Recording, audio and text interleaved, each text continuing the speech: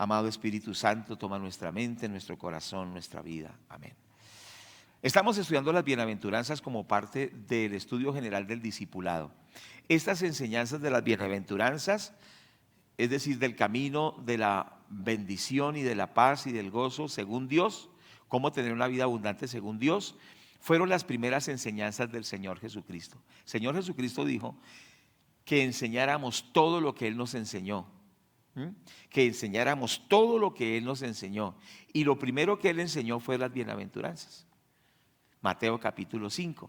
Estas enseñanzas que vemos en Mateo 5, Mateo 6, Mateo 7, son el sermón del monte. Esto era lo que se le enseñaba a los primeros cristianos, y todo nuevo cristiano aprendía esto porque era la doctrina del Señor.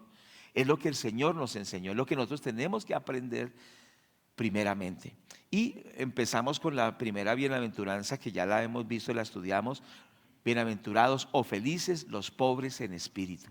Significa felices los que reconocen que necesitan de Dios, ¿cierto? Y eso ya lo explicamos, que ahí pobre en espíritu es el que reconoce que necesita la presencia de Dios, que necesita a Dios, que necesita la restauración de Dios. Primera bienaventuranza. La segunda, dice la palabra, bienaventurados los que lloran, porque ellos recibirán consolación. Entonces hablamos de ese llorar, es cuando la persona reconoce que su pecado lo aleja de Dios y llora por su pecado y le dice: Señor, perdóname porque me he alejado, y se humilla y se quebranta ante Dios y le dice: Señor, tenga misericordia de mí, y se aflige por sus pecados. Y habíamos hablado de la importancia de ser personas quebrantadas, pero también habla de poder tener ese dolor por los que sufren, orar por ellos, clamar por las personas que están perdidos, que están sufriendo, sentir ese dolor en nuestro corazón por estas personas. Luego estudiamos bienaventurados los mansos y explicamos que mansedumbre es fuerza bajo control, que esa palabra manso es una palabra muy, que la gente no la valora. La gente dice: pero ¿qué es ser manso? Eso es como ser bobo, ¿no? Pero lo que está diciendo es que aunque tiene la fuerza para responder, no responde con esa fuerza, sino que tiene el control, ¿cierto? Y dice que el que se sabe controlar es más importante que el que puede tomarse una ciudad. Tremendo, el que tiene autocontrol, el que el Espíritu Santo lo gobierna, es más fuerte que el que se toma una ciudad.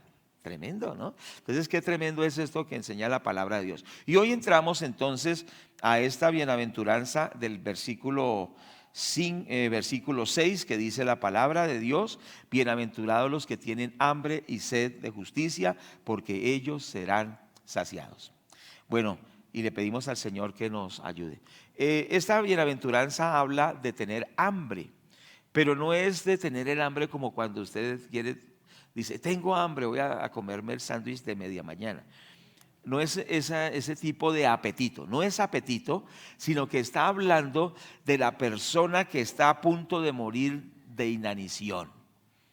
O sea, que está a punto de morirse de hambre, que está a punto de morir de sed, está deshidratado, está, mejor dicho, a punto de morir y necesita comer o necesita tomar agua.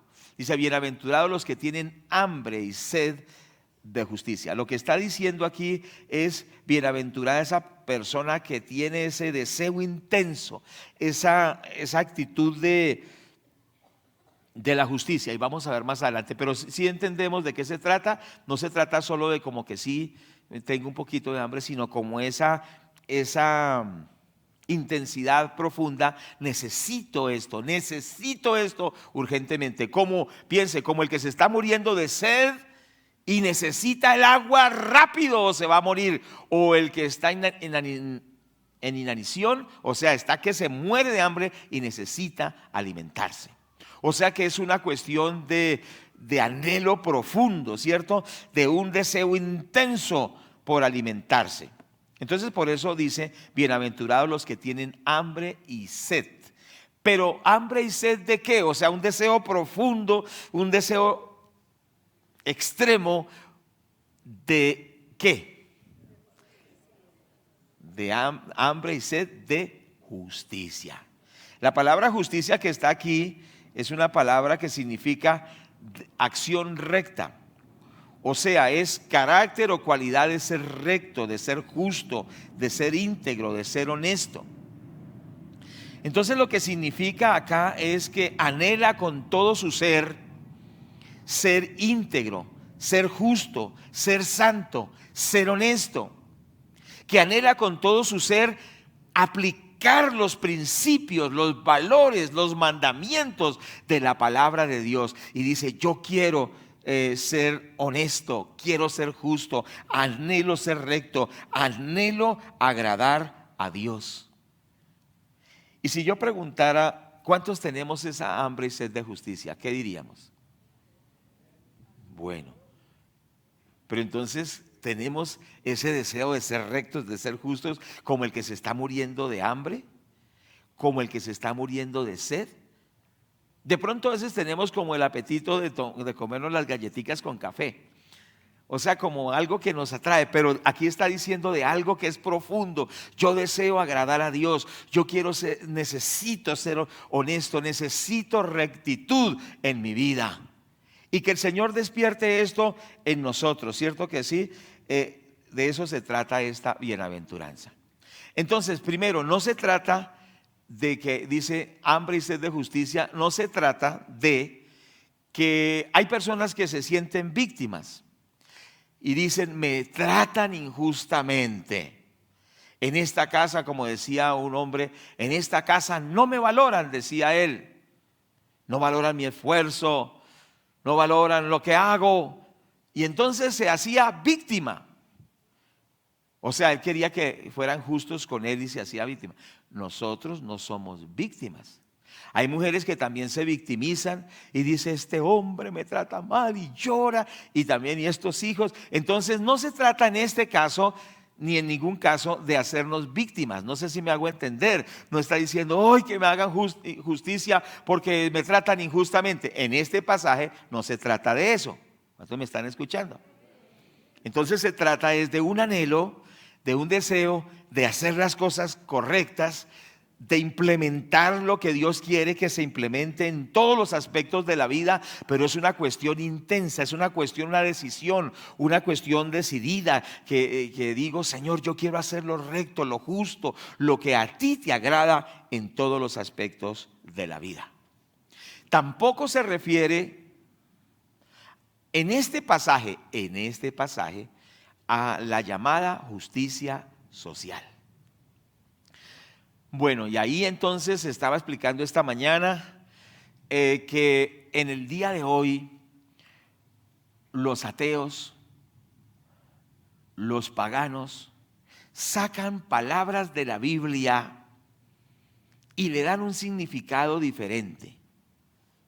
Por ejemplo, la palabra amor. En el mundo secular, la palabra amor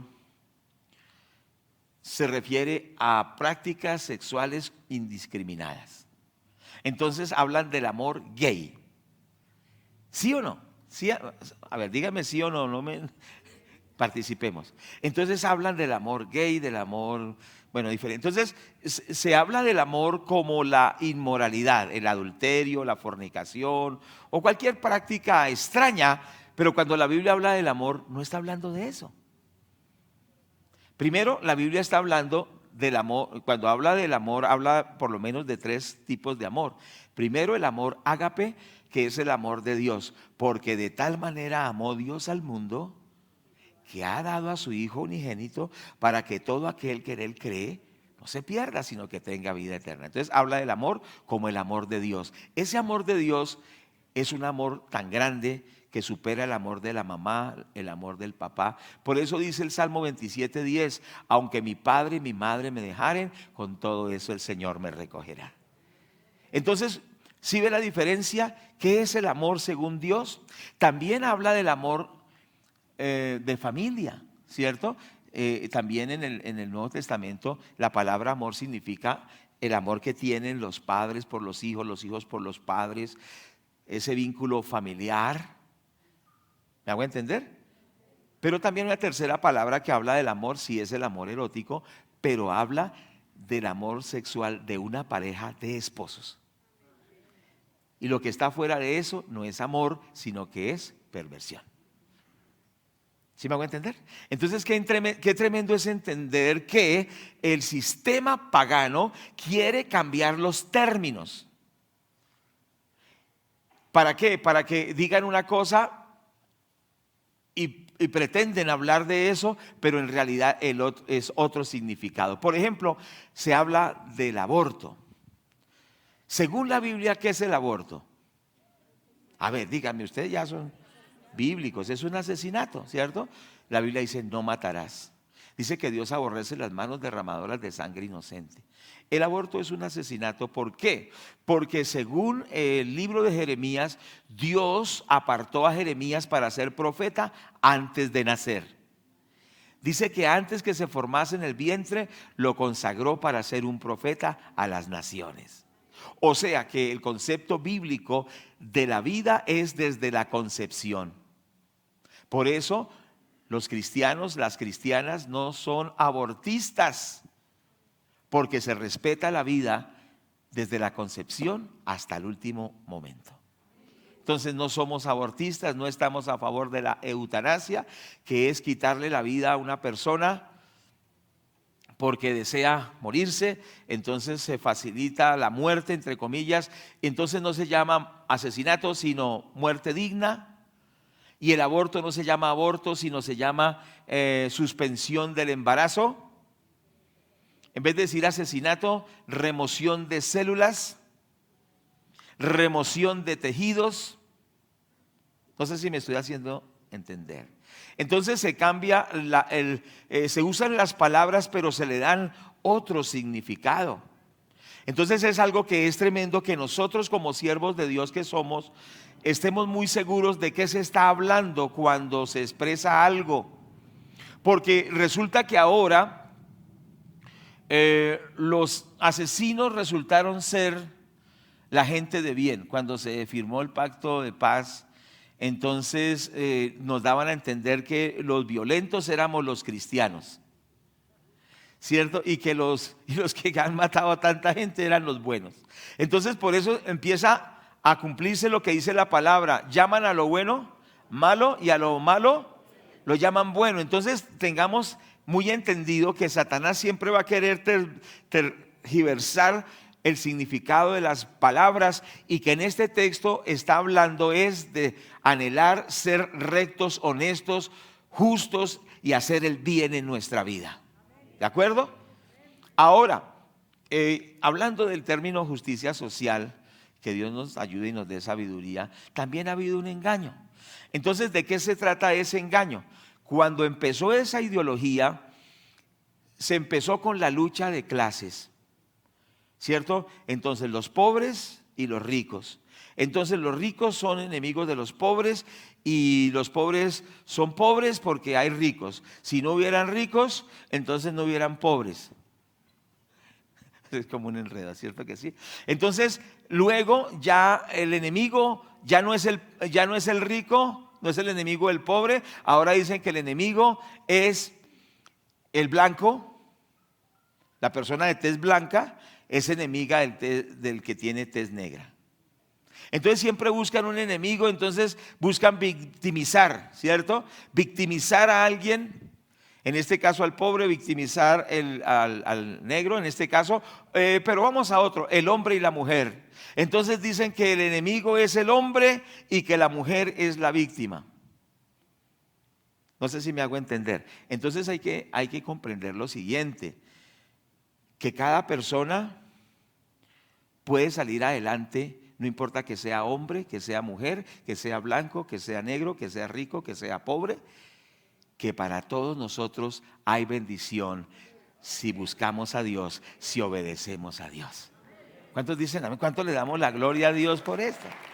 Amén, gloria a Dios. De por sí, escúcheme esto: primero, no podemos ser víctimas. Entonces a veces el enemigo nos quiere que nosotros nos sintamos víctimas. La esposa se siente víctima de su esposo, el esposo se siente víctima de la esposa, y el hermano se siente víctima de... No, recuerde esto: nosotros no somos ninguna víctimas, nosotros tenemos la bendición de Dios. ¿Estamos de acuerdo? Entonces, ojo con eso, porque a veces el enemigo empieza a atacarnos de esa forma. Entonces, cuando se habla de esto, ¿qué ha sucedido? Es poner a la gente en conflicto, en pelea. Sí hay que ayudar al necesitado, por supuesto que sí. La Biblia nos habla de que seamos dadivosos, que ayudemos al necesitado, pero también habla de que el necesitado puede estar en esa condición porque no ha tenido en cuenta principios de vida en su forma de proceder. ¿Sí a mí me hago entender? Me hago entender. Es decir, que nosotros somos el resultado de nuestras decisiones. Somos el resultado de lo que hemos hecho con nuestra vida. Somos el resultado de lo que hemos invertido en nosotros mismos y en nuestra familia. Por eso, si llega un momento en la vida en que nosotros, por ejemplo, voy a explicarle algo, nos ganamos ciertas enfermedades. Hay enfermedades que vienen por la promiscuidad sexual. ¿Es verdad o no es verdad? Enfermedades físicas, pero también enfermedades mentales y cosas. Vienen problemas, por ejemplo, por enfermedades por la mala alimentación. ¿Es verdad o no es verdad? Demasiadas grasas, demasiada sal, demasiados famosos carbohidratos, ¿cierto? Y entonces que se le sube el azúcar, que se le sube la presión, pero es porque ha comido mal. ¿Es verdad o no es verdad? Y dice, no, déjeme comer, que yo tengo que disfrutar la vida, y come como loco cosas que le hacen daño. Tarde que temprano, ¿qué va a pasar? Le pasa la factura, dijo aquí la hermana. Tarde que temprano se va a enfermar. ¿Por qué? Porque el organismo, al colocarle todos esos venenos, todas esas toxinas, licor, drogas, mala alimentación, pues se enferma. Es decir, que lo que hoy somos es resultado de nuestras decisiones, de nuestros comportamientos. Por lo general es así, ¿o no? Por eso, entonces, la palabra de Dios nos dice que debemos tener cambios para que nuestra vida sea mejor desde ahora y al futuro. Yo estaba consultando al médico la situación de azúcar, entonces el médico me dijo algo, mire, usted tiene que cuidarse. Esos médicos son directos. Dice, dijo él, el médico dijo, yo espero llegar a los 80 años y que pueda caminar solo, que pueda ir al baño solo, que pueda defenderme solo y que no esté ahí como que tremendo, ¿cierto? Y tenía razón o no tenía razón, porque dice que el que entra en diabetes entra en unas crisis tremendas posteriormente. Son resultados de las decisiones que hemos tomado en la salud, en la familia, ¿cierto? En los hijos. En la economía también, ¿cierto? Porque si nosotros empezamos a cumplir los principios bíblicos de la economía bíblica, pues indudablemente vamos a tener ese respaldo financiero de parte de Dios. Pero si somos, por ejemplo, lo que decíamos la semana anterior, si somos locos en el gasto, ¿qué va a pasar con nosotros si nos metemos en deudas, en deudas, en deudas? Pues eso nos va a llevar a la ruina. Uno tiene que entender que sí, puede incurrir en cierta deuda en cierto momento de la vida, pero porque sabe cómo va a pagar, ¿cierto? Si usted va a entrar en una deuda, no va a meterse en una deuda. Ay, no, pues es que quiero meterme en esta deuda para gastármela en colombinas, en chocolatinas y en paseitos. ¿Qué sentido tiene eso? Disfruta, saca un viaje de vacaciones de 3 días y dura 10 años pagándolo. ¿Vale la pena? Pero usted puede ahorrar y se prepara para ese viaje con tiempo. ¿Sí me hago entender? Pero hay gente que no piensa, entonces cada vez se endeuda más, y cuando pasan los años y todas esas deudas tan tremendas lo afligen. Entonces la palabra de Dios nos habla que bienaventurados aquellos que anhelan hacer lo recto, lo que es justo, lo que a Dios le agrada, serán bendecidos. Entonces, ¿qué es lo que quiere decir? Que nosotros debemos pedirle al Señor que nos ayude a hacer lo que tenemos que hacer, lo que Dios ha revelado en su palabra. Entonces, entonces anhelar profundamente conformarnos a la voluntad de Dios. Por eso el Padre nuestro dice: venga tu reino, hágase tu voluntad, como en el cielo, así donde en la tierra. Entonces, ¿qué es lo que yo tengo que entender? Que si yo hago la voluntad de Dios en mis finanzas, ¿qué va a pasar? Voy a tener bendición económica. ¿Es verdad o no es verdad? En la historia del cristianismo se atribuye al avivamiento wesleyano la prosperidad de Inglaterra. Inglaterra era muy pobre. Inglaterra vivía en una situación muy mala. Injusticia, precisamente, muchos pobres, mucha gente necesitada, niños trabajando 12 horas, de niños pequeños, algo terrible. Pero cuando vino el avivamiento por Juan Wesley, que Dios lo usó, empezó a haber un cambio tremendo en la gente. La gente dejó los malos hábitos. Y en cuanto a la economía, Juan Wesley dijo: trabaja tanto como puedas, da tanto como puedas a la obra de Dios y ahorra tanto como puedas. Eso se llamó la ética protestante del trabajo. Y en la historia se le atribuye a esos 3 principios la prosperidad de ese país. ¿Son bíblicos o no son bíblicos? ¿Es bíblico ser laborioso? ¿Es bíblico dar para la obra de Dios? ¿Es bíblico ahorrar? Esos 3 principios hicieron que toda una nación saliera adelante. Los principios y los valores de la palabra de Dios. Entonces, cuando la persona dice: Señor, yo tengo hambre y sed de aplicar esos principios que tienen que ver con todo, con el hogar, con la vida espiritual, con el ministerio, con las finanzas, con la salud, ¿cierto? Y eso prospera nuestra vida. Corea del Sur era uno de los 7 países más pobres del mundo. Cuando llegó el cristianismo con los misioneros que llegaron allí, esta gente dejó el budismo que los llevaba a la pobreza y empezaron a aplicar los principios bíblicos, y Corea del Sur prosperó. De tal manera que pasó de ser la 7ª economía más deprimida a ser la 7ª economía más exitosa del mundo. Por la palabra de Dios. Entonces, ¿cómo aplicamos esto? Que hay áreas de la vida que estamos viviendo sin los valores y principios de Dios. Entonces tenemos que decirle: Señor, yo te ruego que tú reveles por tu palabra. Yo quiero que tú me enseñes cómo ser esposo, que tú me enseñes cómo ser padre, que tú me enseñes cómo ser ciudadano honesto.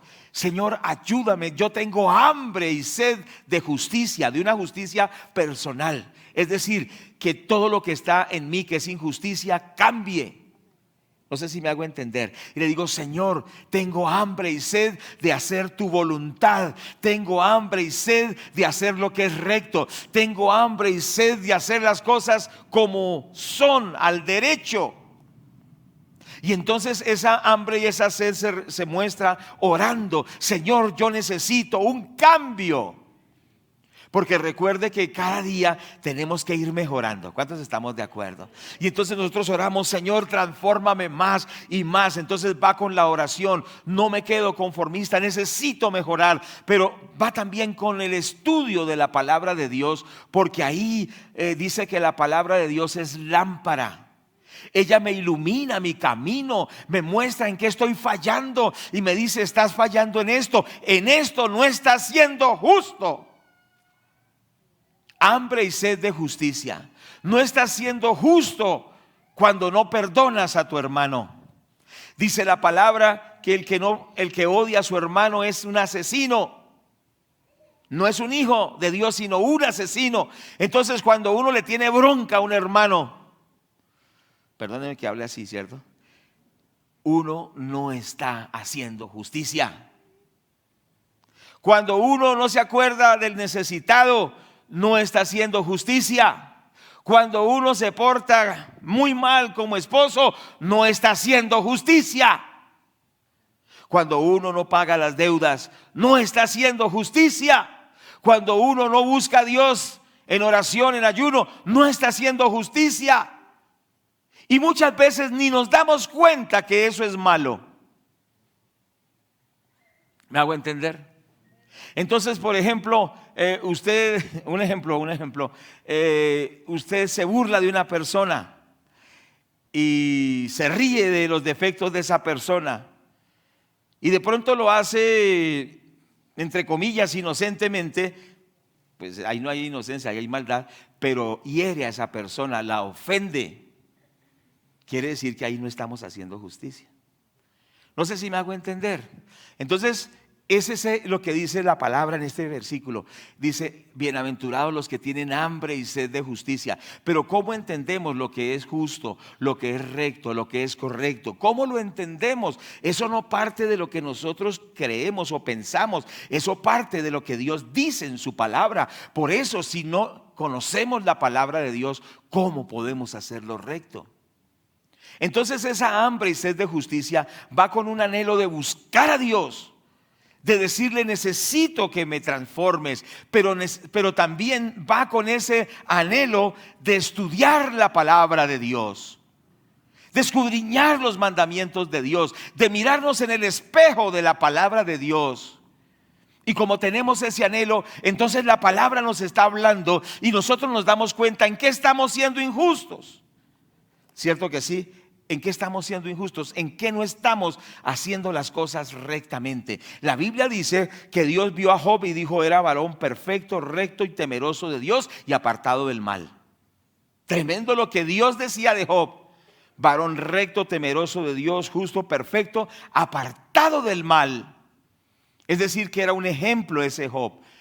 Y es un ejemplo para nosotros, que Dios pueda decir de nosotros: es un varón recto, justo, honesto, apartado del mal, íntegro verdaderamente. Entonces esa bienaventuranza dice, bienaventurados los que anhelan la integridad, los que anhelan andar rectamente según Dios ha mostrado en su palabra. Entonces es una cuestión de seguir insistiendo, de decirle: Señor, ¿en qué áreas no estoy siendo justo? ¿En qué áreas yo estoy fallando? En Mateo capítulo 5, versículo 15, dice la palabra de Dios así. Mateo 3:15 dice la palabra de Dios: pero Jesús le respondió: deja ahora, porque conviene que cumplamos toda justicia. ¿Quién dijo eso? El Señor Jesucristo. ¿Le dijo a quién? A Juan el Bautista. Le dijo: deja ahora, porque así conviene que cumplamos toda justicia. ¿Y a qué justicia se refería ahí? En este caso se refería a que Dios el Padre había determinado que Juan el Bautista bautizara al Señor Jesucristo. Entonces, cuando viene el Señor Jesucristo, entonces Juan dice: pero ¿cómo yo lo voy a bautizar a usted si usted es el Señor? Yo no soy digno de bautizarlo, es lo que es el contexto. Pero el Señor Jesús le dice: bautíceme, porque se conviene que cumplamos toda justicia. O sea, Dios dio la orden, Dios dijo que Juan lo bautizara y había que cumplir el designio de Dios. Y eso era cumplir toda justicia. Entonces, cumplir toda justicia es cumplir todo lo que Dios ha ordenado, todo lo que Dios ha decretado, todo lo que Dios ha dicho. Eso es hacer justicia. Hacer justicia es hacer lo que Dios ha determinado. Dios determinó que Juan bautizara al Señor Jesucristo y él no se sentía digno y no era digno, pero así Dios lo había determinado. Hacer justicia es hacer lo que Dios ha determinado en todos los aspectos de la vida: en lo espiritual, en lo laboral, en lo empresarial, en lo ministerial, en todos los aspectos de la vida. Cierto que sí, no guiarnos por cosas que son de nosotros, nuestros sentimientos, ¿cierto? Porque a veces, por ejemplo, los sentimientos nos pueden dominar, como las mamás, que el hijo hace las cosas malas y como es el hijo, se le olvida que ella es cristiana. Y le admite al hijo inconsistencias, le tapa pecados. ¿Cuántos me están escuchando? No lo lleva a la justicia, sino que se deja llevar por el sentimiento. Es mi hijo, mi hijito. y no cumple la justicia, por ejemplo, de corregirlo en su debido momento, de decirle no en su debido momento, sino que lo que la guía o lo guía es un sentimiento. Y recuerde que el cristiano no se puede guiar por los sentimientos, porque los sentimientos son muy engañosos. Digan algo, digan algo. ¿Cierto? Los sentimientos son engañosos. Nunca nos guiemos por sentimientos, sino por lo que Dios ha determinado en su palabra. Quizá usted, al vivir con principios revelados por Dios, lo tomen como muy duro. No, pero es que pero hay que entender que no nos podemos guiar por sentimientos. Los sentimientos son engañosos, a veces sí son bien, pero muchas veces no son acertados. Lo que es acertado es lo que Dios dice en su palabra. Los principios de la palabra, los valores de la palabra de Dios. Por eso tenemos que decirle: Señor, dame hambre y sed de justicia. Por ejemplo, la mentira nunca será una buena salida para nada.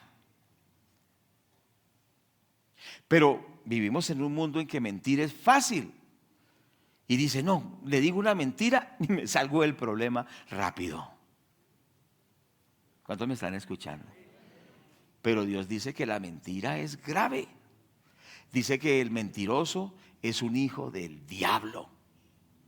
¿Y dónde estarán los hijos del diablo en la eternidad? Con el diablo.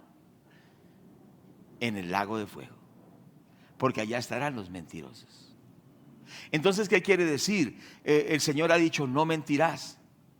Ese es un principio. Nuestro anhelo debe ser: Señor, ayúdame a ser veraz en mis contratos, ser veraz en mis promesas, ser veraz en lo que yo me comprometo, ser veraz.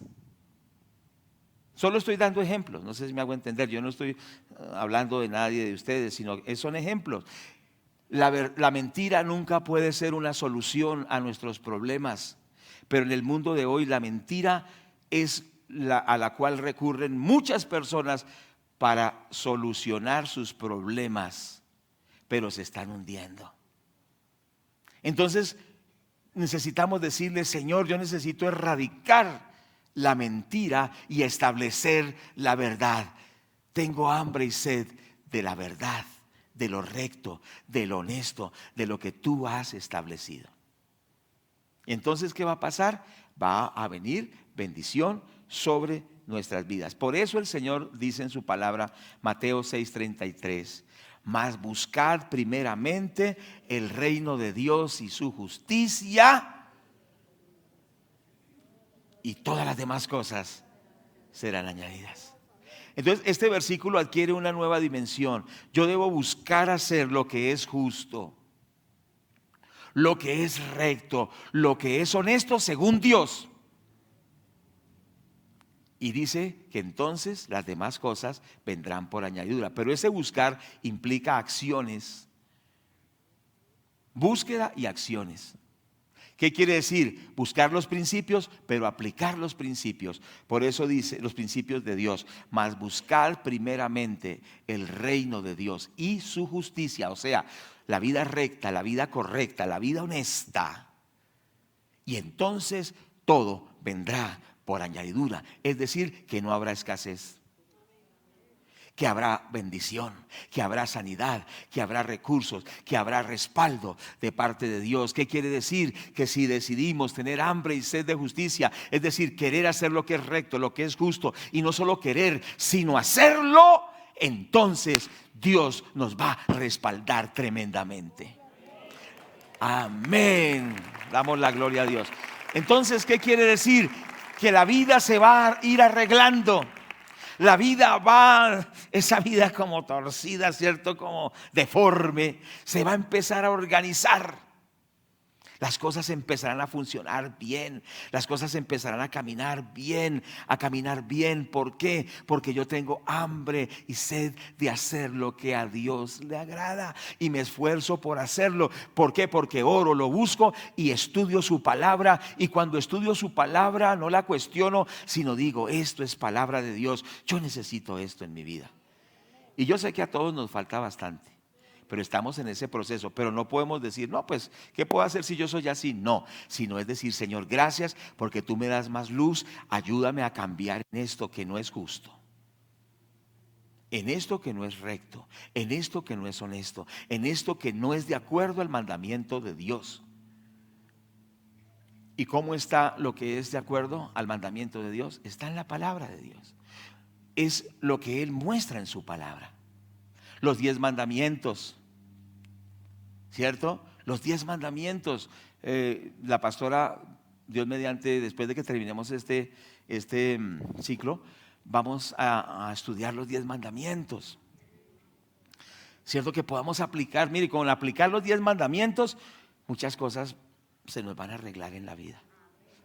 Imagínense una sociedad que viva los 10 mandamientos de la ley de Dios, pero que haya ese anhelo, ese deseo. Yo quiero ser justo, yo anhelo ser recto, yo no quiero una vida llena de tantas cosas que no son rectas. Anhelo la justicia, lo recto, lo justo. Entonces por eso nos dice que entonces, si nosotros buscamos el reino de Dios y su justicia, lo que es recto, lo que es justo, lo que es honesto, todas las demás cosas serán añadidas. O sea que vendrán recursos, vendrán puertas abiertas, vendrán bendiciones tremendas de parte de Dios. Tendremos el respaldo del Señor. Tremendo, ¿cierto? Qué hermosa palabra de Dios, es la palabra de Él. Entonces, Marta hoy decía, no lo tenía en las notas, pero mire tan hermoso que dice que nos debemos colocar el cinto de la verdad y la coraza. ¿La coraza de qué? De la justicia, o sea, de la vida recta, de la vida honesta. La vida honesta, la vida recta es una protección para nosotros. Cuando el enemigo quiere atacar a alguien, busca si hay algunas cosas de pecado, de injusticia, de falta de rectitud, y por ahí lo destruye. Pero cuando la persona anhela esa justicia, esa rectitud, y procura con el poder del Espíritu Santo implementar esa justicia, se vuelve inexpugnable. O sea, no haya el diablo por dónde destruirlo. Y busca por aquí y no encuentra, y busca por allá y no encuentra, porque esa es la forma del diablo, es buscar en dónde somos inconsistentes para meterse por ahí con toda. Él no se va a meter por los lados más en que somos más fuertes. Por eso él ronda y mira, dice que anda como un león rugiente, buscando a quien devorar, pero está buscando la fragilidad. Si somos laxos en cierta área, por ejemplo, si somos laxos en el estar hablando mal de la gente. ¿A cuánto les gusta hablar mal de la gente? Levanten la mano. Ahora aquí nadie habla mal de la gente, gracias a Dios. Pero el enemigo dice, a este hermano o este cristiano le gusta el chisme más que la comida.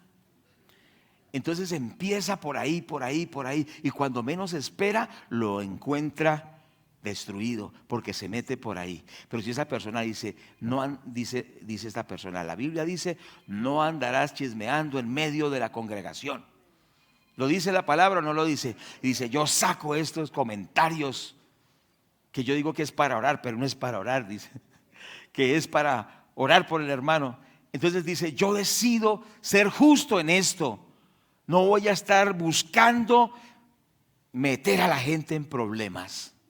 No voy a estar divulgando información que yo no tengo por qué divulgarla, porque es que usted no es el periodista de la iglesia. Amén. Algunos dicen, yo tengo el ministerio de comentar todos los comentarios que hay, de distribuirlos. No, ese ministerio no existe. Si usted sabe algo, guárdeselo y ore. Y hable con las personas que tenga que hablar. Pero si usted le cuenta a 20 y a 30, ¿qué podrán arreglar? Sí podrán hacer mucho daño. Pero a veces el enemigo se mete por ahí. Dice, esta hermanita le gusta el comentario, voy a unirla con otra comentarista deportiva, comentarista de farándula, comentarista, y se ponen a comentar y adelantar cuaderno. Y ¿sí me hago entender? Y el enemigo se mete por ahí y trae destrucción. Trae destrucción a estas mismas personas, pero trae destrucción a otras personas. Entonces, qué importante es eso. La justicia nos protege, la coraza de justicia. Es una protección para nosotros. Por eso dice, bienaventurados los que tienen hambre y sed de justicia, porque ellos serán saciados. ¿Cuántos queremos pedirle a Dios que nos dé hambre y sed de justicia? Bueno, pero también la justicia tiene que ver con, por ejemplo, que es justo. Vamos a mirar en Mateo 6:1, algo interesante que hay allí, y ya vamos a orar, ya vamos a terminar. Dice la palabra de Dios: guardaos de hacer vuestra justicia delante de los hombres, para ser vistos de ellos, de manera que no tendréis recompensa de vuestro Padre que está en los cielos. Aquí habla de la justicia, o sea, hacerlo recto, hacerlo honesto. Pero aquí está hablando de algunas cosas que son honestas, que son rectas, que hay que hacerlas, pero no para ser vistos de los hombres. Pero aquí habla de algo, por ejemplo, como dar limosna. Claro que esta traducción en sí es dar ofrenda, que la palabra limosna está muy desprestigiada, es cualquier cosa, ¿no? Está hablando de ofrendar, de ayudar al necesitado. Entonces está diciendo que esa es justicia. Justicia también es ayudar al necesitado. Pero recordemos, por favor recordemos, no estamos hablando de la justicia social que lleva a la gente que se agarre unos fusiles y se maten. Y los que la justicia, por ejemplo, la total paz, que están hablando de una paz total, que no importa cuántos haya matado, cuántos niños haya violado, que se le perdona todo, no tiene que pagar nada. Por eso hay congresistas que fueron terribles, están allá, fueron violadores, fueron asesinos. Lo digo con respeto, pero es la verdad. Y están allí como senadores de la República.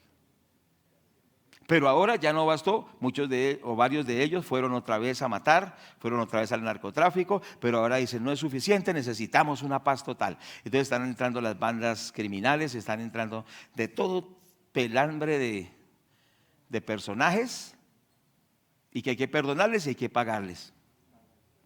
Hay que pagarles una mensualidad, pero los muchachos que quieren estudiar, para ellos no hay nada, pero sí para los que han estado delinquiendo. Qué cosa tan tremenda, ¿cierto? Entonces, no es justicia social, es una deformación del término. No sé si me hago entender. Pero eso no quita de que ayudemos a las personas. Por eso dice, cuando des limosna, no lo hagas para ser visto de los hombres. Pero el dar ayuda a un necesitado es una obra de justicia, según Dios. Pero que no que la haga el Estado, no que la haga el gobierno, sino que la haga el cristiano ayudando a otro. ¿Estamos de acuerdo? Bueno, pero también nos habla de otros aspectos que son justicia. Entonces, cuando des limosna, no hagas tocar trompeta delante de ti, como hacen los hipócritas en las sinagogas y en las calles, para ser alabados de los hombres. De cierto os digo que ya tienen su recompensa. Cuando des limosna, no sepa tu mano izquierda lo que hace tu derecha, para que sea tu ofrenda en secreto, y tu Padre que te ve en secreto te recompense en público. Bueno, pero también nos habla en este pasaje acerca también de orar. Y nos dice que cuando oremos lo hagamos primeramente en secreto. Hay dos tipos de oración: una oración privada y una oración pública. Entonces aquí está hablando especialmente de la oración privada, que cada uno debe hacer justicia orando. O sea que no orar es dejar de hacer justicia. El cristiano tiene que orar si quiere hacer justicia. Debe ayunar si quiere hacer justicia, porque después habla del ayuno también. Pero dice que esa justicia tiene que hacerse a solas con Dios. Esto no quiere decir que no hagamos cultos de oración, porque entonces algunos dicen, entonces ¿para qué los cultos de oración? Pues la Biblia también nos habla en el Nuevo Testamento, en el libro de los Hechos, que estaban reunidos todos orando y vino el Espíritu Santo en la oración de iglesia, corporativa. Entonces hay una oración corporativa, pero está hablando de esa vida de oración personal, que no es para exhibir que yo ayuno tanto, que yo oro tanto, que como hablábamos del hombre que decía, Ayuno tantas veces a la semana y no soy como ese publicano. Pero también esos elementos hablan de justicia, o sea que es justo ayudar al necesitado, es justo orar, es justo ayunar. Eso también son obras de justicia. Entonces concluyamos diciendo y orando al Señor que nos ayude a que tengamos hambre y sed de justicia. ¿Cuántos están de acuerdo? Entonces vamos a pedirle al Señor que nos ayude, nos oriente, nos enseñe en el nombre del Señor Jesús. Damos gloria a Dios. Bendito Padre, te damos las gracias, te damos la honra, te damos la exaltación. Pongámonos en pie, enviemos la adoración allí. Gloria a Dios. Arriba, arriba.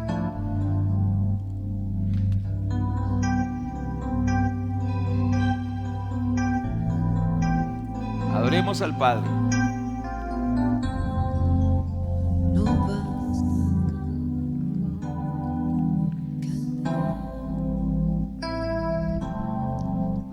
Solo con decir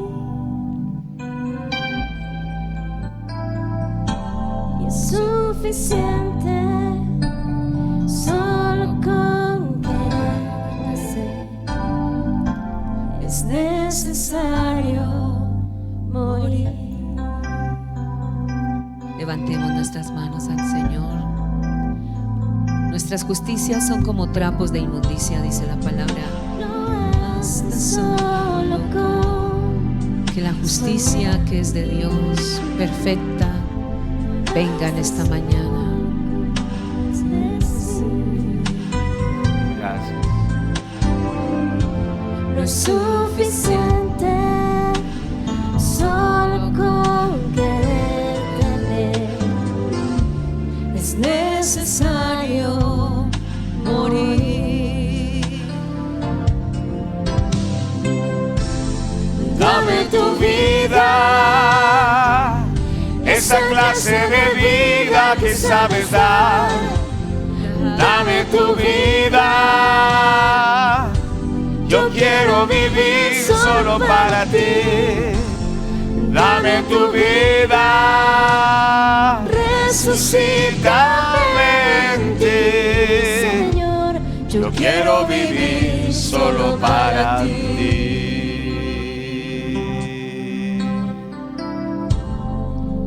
No Basta solo con soñar. No basta solo con decir. No es suficiente solo con querer tener. Es necesario morir. Dame tu vida, esa clase de vida que sabes dar. Dame tu vida, yo quiero vivir solo para ti. Dame tu vida, resucítame en ti, Señor. Yo quiero vivir solo para ti. Sí, Padre, en el nombre de Jesús, en el nombre de Jesús, Señor, rogamos que nos ayudes a implementar esa justicia, Padre. En el nombre de Jesús, esa vida recta, Padre. Ese anhelo por hacer lo que te agrada, ese anhelo por hacer tu voluntad. Señor, rogamos que nos ayudes, Padre. Muéstranos, Señor. Muéstranos en qué áreas, Señor, en qué áreas no estamos haciendo justicia, Padre. Ayúdanos, bendito Dios, bendito Padre, porque es lo que tú estableces en tu palabra. Ayúdanos, Señor, a hacer las cosas rectamente. Danos ese anhelo, Señor amado. Ayúdanos por tu palabra. Señor, todo aquello que estamos haciendo mal en nuestra vida espiritual, en nuestra vida ministerial, lo que estamos haciendo mal en nuestra vida laboral, Señor amado, lo que estamos haciendo mal en nuestras relaciones